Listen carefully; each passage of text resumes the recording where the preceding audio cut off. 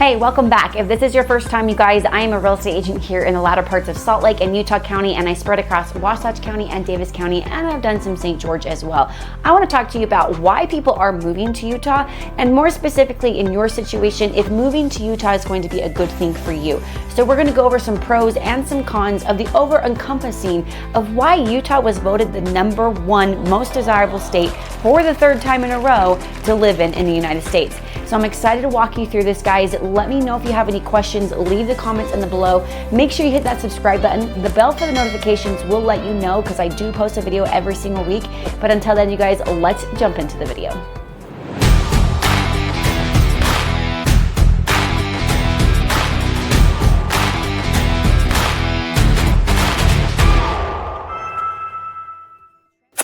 One of my favorite things to do on my channel is to explore the other cities, get on the ground, walk through homes so you can actually see the areas around you. It's one thing to talk about them, but it's another thing to be on the ground and visiting these cities. So I've visited the majority of the cities between Utah County and Salt Lake, and we're going to start spreading out to even more cities to help educate you on the school systems, on the transit systems, on the communities, on the parks, on where you're going to do your grocery shopping, what it looks like to be close to the mountains, which is one of the #1 reasons why people are living here in Utah and want to live in Utah, because wherever you're at in Utah, you're no more than an hour away from actually accessing to all the canyons. American Fork Canyon, Cottonwood Canyon, Little Cottonwood Canyon, Mill Creek Canyon, Spanish Fork Canyon.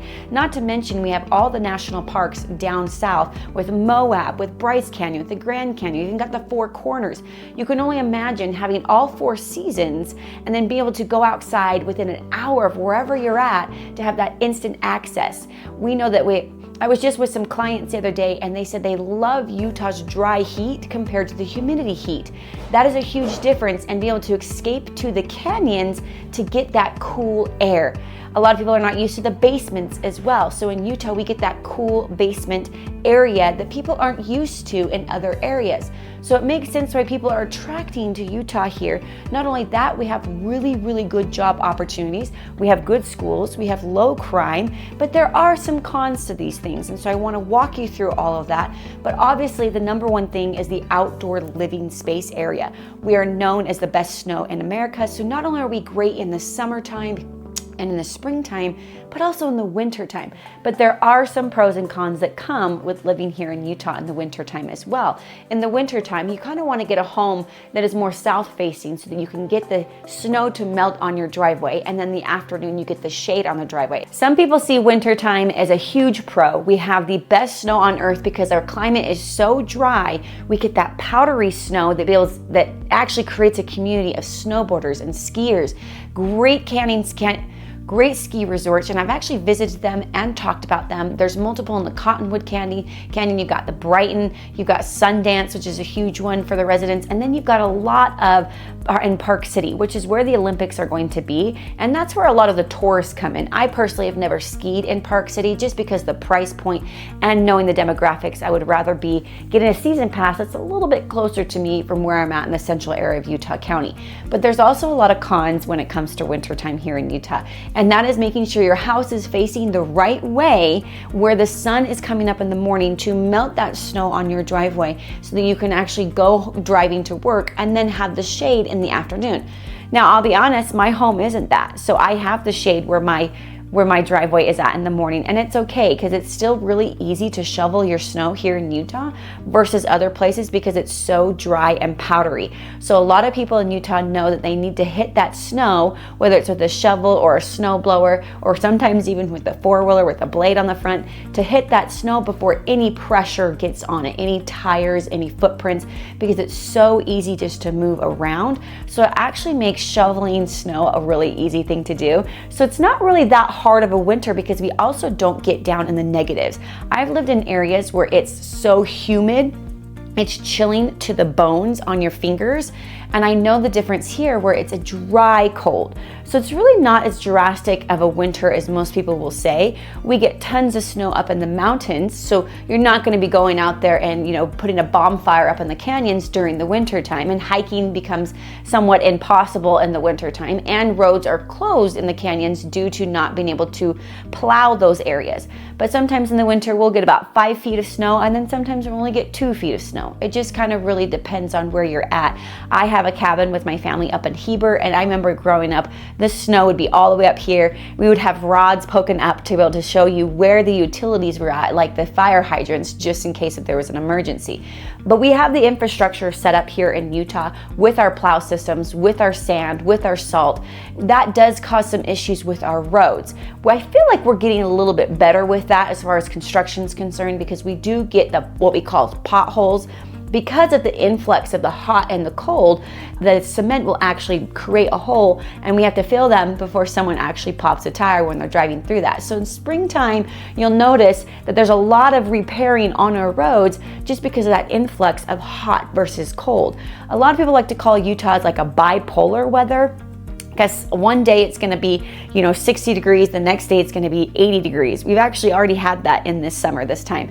So I like to call Utah a little bit bipolar, but I've also heard some of my clients call their states bipolar as well. So it's just a matter of perspective of what you're feeling about as far as the weather of wanting all 4 seasons. So we'll get down to about the 20s.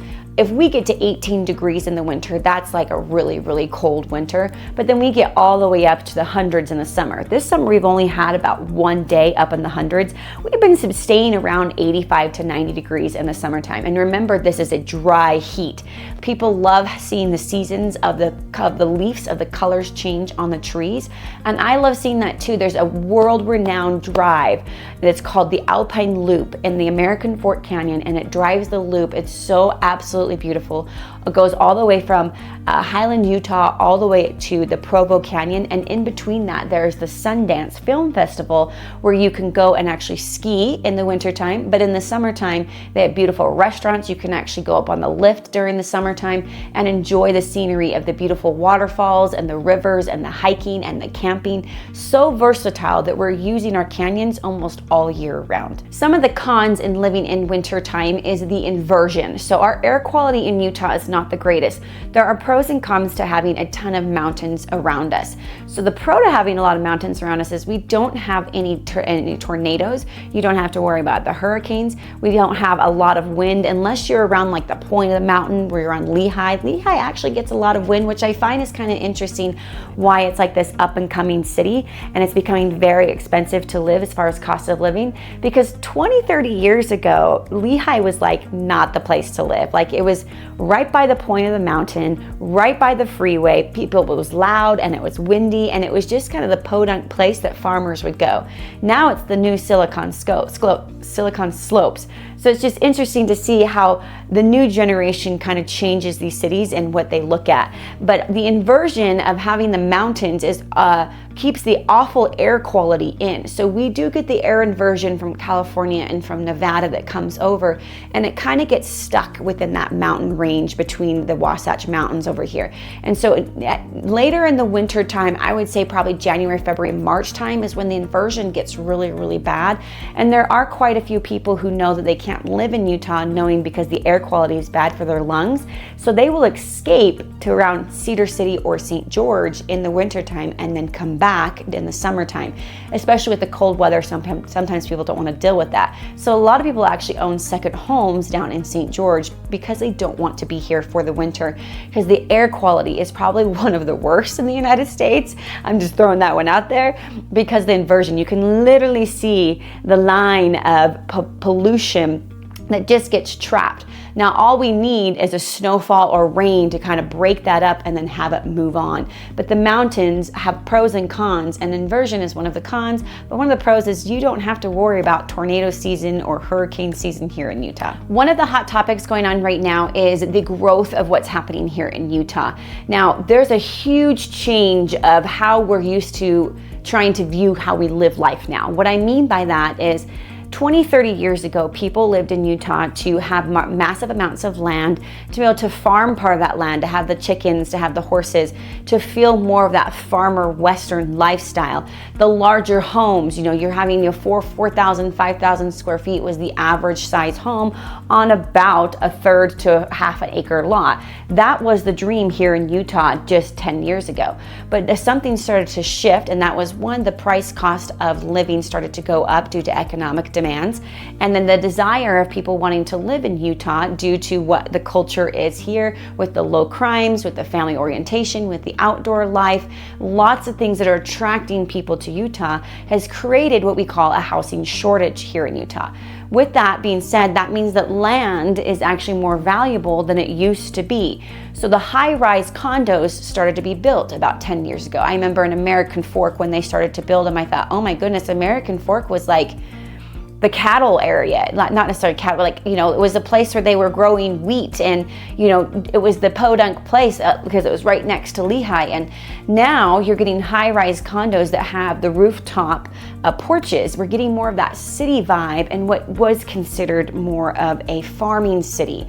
And that's happening across the board everywhere here in Utah County, because Salt Lake County is almost maxed out on their land. They're only building more condos and high-rises. I mean, we've got dozens and dozens of projects still going with rental condos where you've got 5, 6, 7, 8 levels of condos that people are renting out. And Utah County is starting to attract that as well, especially in the high population cities of Provo and Orem. Now we're starting to see it push through to even Eagle Mountain. And out on the outskirts of these busier cities, people are starting to build the high-rise condos. What that means for you is changing what the lifestyle was going to look like in Utah 10 years ago to now understanding that you might not get as much land here in Utah, but you also might get a community lifestyle. So what a community called Daybreak, which I've done a video on, you can go check that out, is giving you a lifestyle of ponds, of trails, of fishing and canoeing, and you got the pools and the recreation of being outside, but you share it as a community because you don't have a lot of land anymore. The same concept is happening in Utah County. We have what's called 5-minute cities now that are coming, where they want you just to be able to have access to everything you need within a 5-minute range. One, to help the pollution, but then also to help the shortage of the supply and the demand of the housing, because it's only increasing the costs. But also these high rises, what I call high rises, the townhouses got 3 levels on them. They are more affordable for your first-time home buyers. So they know that that market is where the most of the buyers are at, which is why they're starting to build these more. So if you're someone in a price range between, you know, $400 or lower, or $450, if you're under $500,000, you will be in that price range of having a townhouse. Now the older townhouses, you know, had the 1, 2, 3 levels, but then you had the garage and the backyard. It's actually pretty rare to get a backyard now. Even in the rural cities, I'm talking Spanish Fork, I'm talking Salem, these rural cities that don't have high populations, because they have the access to the land and we have a shorter supply, they're starting to build more complexes rather than single family homes, because affordability has been hard. Your average price of a home here in Utah nowadays is between $550,000 and $600,000 in Utah County. If you go to Salt Lake County, you're pushing around $620,000 for an average single family home.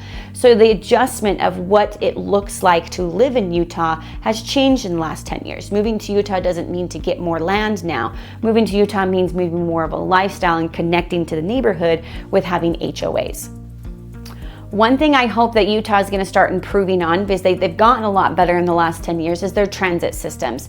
So if you're in more of a high population city, which is Orem and Provo areas, or up in Salt Lake City, you do have access to the UTA in some places like Sandy and Midville as well. But in rural areas like Saratoga Springs, Eagle Mountains, Salem, Spanish Fork, all these areas in Utah County, there's not a massive transit system to support you. So you do need to have a vehicle to drive. So most of Utah is still driving their own vehicles everywhere. We do have what's called a front runner system, which goes all the way up to some Davis County, all the way up to Davis County, and then all the way down to a little bit of Utah County. They're hoping to expand that, but some people view that as a con because they want to be able to park their car and drive to work for the commute time.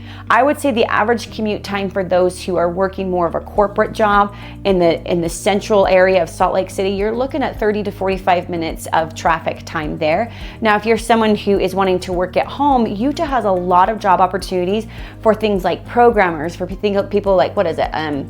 What are they calling those nowadays? The programmers, IT tech, They're starting to pull away because it did become a mass population idea, but now they have laid off some jobs in that area, and I do know some people who are struggling in that space, but it is still very prevalent to have a lot of jobs and companies move to Utah.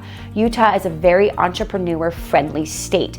With that being said, it has a lot to do with the culture that was created here in the religion of the Mormon church, because they were taught to go to college and to get a degree, and it created this entrepreneurship design and way. Crumble Cookie is from Utah. Big companies, I know Oracle is over here. Big companies that want to come in and take advantage of the taxes. That we have Adobe over here. We have Vivint cameras. We've got a lot of little different things, but then also really big companies as well. What does that mean for you though, having big companies here in Utah? That gives infrastructures for the opportunities for cities to grow and for job opportunities over here as well. Because Utah is a very high predominant family state due to religion and high predominance of Christianity, it creates an opportunity to focus more on family and business in creating that environment.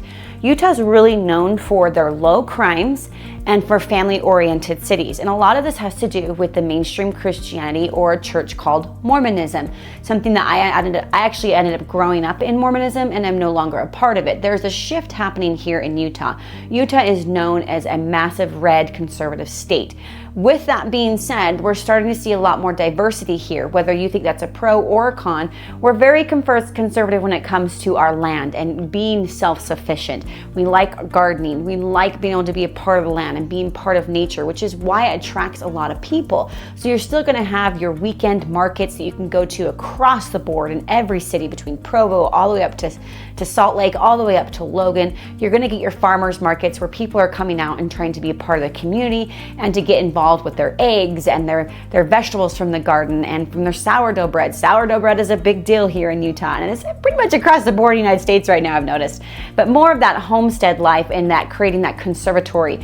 But when it comes to politics, we're definitely getting more split as far as our viewpoints. Some purples coming in, we do have the blue and we do have the red. So do know that you are going to have some diversity, which I actually seem to like to be challenged. The diversity is actually attracting more people to Utah as well, knowing that we aren't just one red state. We're having more views and more opinions on things. In my perspective, we're seeing a lot more political pull against religion because of a lot of people having an influx of leaving that religion as well. I happen to be one of those people who was the influx of leaving that religion for various reasons that we can talk about in person if you want to. So family orientation is a big deal. And what that means is that the schools and the infrastructures in the schools are around that Christianity baseline. Whether you like that or not, it is still instilled in the public schools for the mainstream of Christianity thought process. And it is instilled in some of our politics. So we know that the governor just recently passed that pride flags cannot be in any public buildings. That was a huge controversial here in Utah because we are seeing a big difference between opinions of conservatives, Democrats, and purples and people who don't want to identify with parties. If you're someone though who wants a better school, I'm hearing that Utah is just the place to be for their schools. Now, again, I was raised in Utah and I have my own experience from when it comes to schools. There's a different wide range of demographics of where you would want your kids to go. If you want to have them excel in a certain sport, there's different cities to be in. If you want them to have a diversity of all different things, there's a different city to live in. Utah can be very competitive with their sports because of the family orientation of teaching children to be versatile in sports and in music and getting out there and be driven in life. And so it does create more competition within the public schools. Utah is having a high influx of homeschool teachers, homeschooling families as well. I was one of those for about a year and we are now back in public school, but to be able to have more of that homestead. So you can see we've got a little bit of both happening over here. We've got the homestead and then you've also got the more liberal over here. It's a good diversity. Some things to note about Utah though is if you are not religious, that it might impede the idea of having some closed stores on Sundays. Because it is a high predominant Christianity state, people don't work on Sunday. They go to church on Sunday. Now that doesn't mean that your Costco and your Walmart and your Smiths and things like that are not open, because they definitely are on Sundays. And they do get kind of busy now because there's an influx of people leaving Christianity, but that's neither here nor there. But when it comes to your liquor, Utah has a law where you cannot be selling liquor inside of any public grocery store unless it's 5% or below the alcohol level. So the majority of your liquor will be sold in a government building with a liquor store. Now, most of your cities will have liquor stores, but that becomes a shock to some people who like to have some drinks. You're not going to be able to go to your local Costco and be able to get anything higher. In fact, Costco just here doesn't even sell liquor, but you can get liquor in the local grocery stores if it's 5% or below. That shocks a lot of people, so I just wanted to educate you on that one. The mainstream Christianity is the reason why that is what it is. There is a lot of political pull from the Christianity Church of Mormonism in the politics, because a lot of your governors, a lot of the mayor, a lot of your political associates are actually active members in the Mormon religion. And a lot of times people like to keep that tight-knit close of that culture, but right now it's definitely being challenged more with different viewpoints. We have what's called the Pride Parade, in the downtown Salt Lake. People are wanting to speak up more about that. So for me, I don't see it causing a lot of crime, but it definitely is causing a lot of conversations of people challenging their viewpoints. All of this sums up to the idea that Utah is becoming more desirable, which means more expensive.